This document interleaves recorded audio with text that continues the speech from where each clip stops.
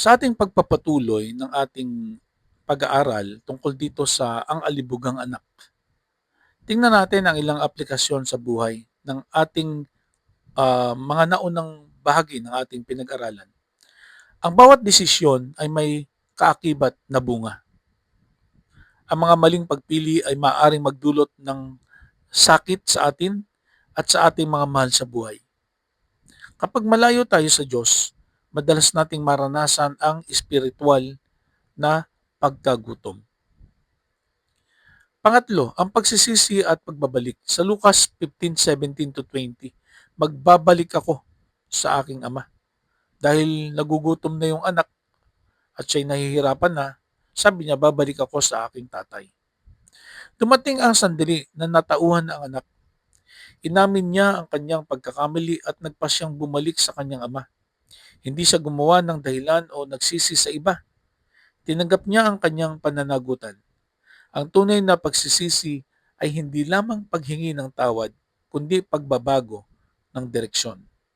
Ito ay pagtalikod sa kasalanan at pagbabalik sa Diyos. Walang taong masyadong malayo upang hindi makabalik sa Diyos. Ang unang hakbang na sa pagbabago ay ang pag-amin ng ating pagkakamali. Hinihintay ng Diyos ang ating pagbabalik. Gaano man katagal tayong naligaw. Pang-apat, ang walang kondisyong pag-ibig ng Diyos o ng Ama. Lucas 15:20, nang siya'y malayo pa, nakita na siya ng kanyang ama at nahabag sa kanya. Tumakbo ito, niyakap siya at hinalikan. Hindi hinihintay ng ama na makalapit muna ang anak. Siya mismo ang tumakbo upang salubungin ito. Ito ay larawan ng puso ng Diyos. Mapagmahal, mahabagin, at handang magpatawad.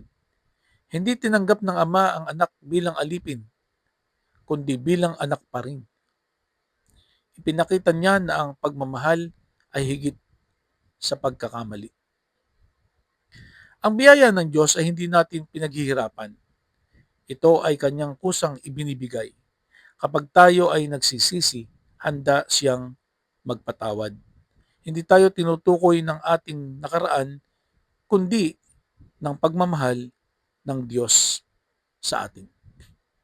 Panglima, ang kagalakan sa pagbabalik ng naliligaw. Lucas 15:22-24. Magdiwang tayo sapagkat ang anak kong ito ay nawawala, ngunit natagpuan. Nagkaroon ng pagdiriwang dahil sa pagbabalik ng anak. Pinapakita nito na ang Diyos ay nagagalak kapag may taong nagsisisi at lumalapit sa Kanya. Hindi nakatuon ng Diyos sa ating pagkakamali, kundi sa ating pagbabalik. Dapat tayong maging instrumento upang maibalik ang mga nalalayo sa Diyos. Huwag husgahan ang mga taong nagkakamali. Sa halip ay akayin sila sa biyaya ng Panginoon. Ang bawat kaluluwang bumabalik sa Diyos ay mahalaga sa Kanya.